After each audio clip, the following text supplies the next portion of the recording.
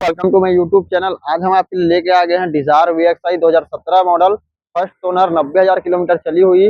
बात करें इसकी इंश्योरेंस की तो इसमें इंश्योरेंस पॉलिसी आपको इसमें वैलिड देखने को मिलेगा। बात करते हैं इसकी इंटीरियर की तो इंटीरियर आप देख सकते हैं,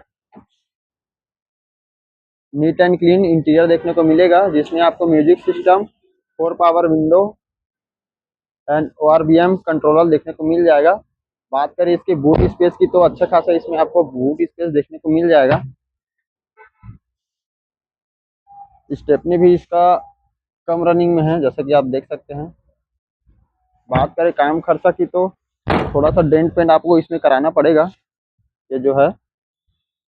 बात करते हैं इसकी प्राइस की तो 4.5 लाख रुपए इसका आस्किंग प्राइस है।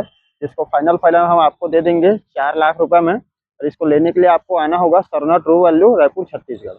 धन्यवाद। 90,000 किलोमीटर सर मात्र, फर्स्ट ओनर है।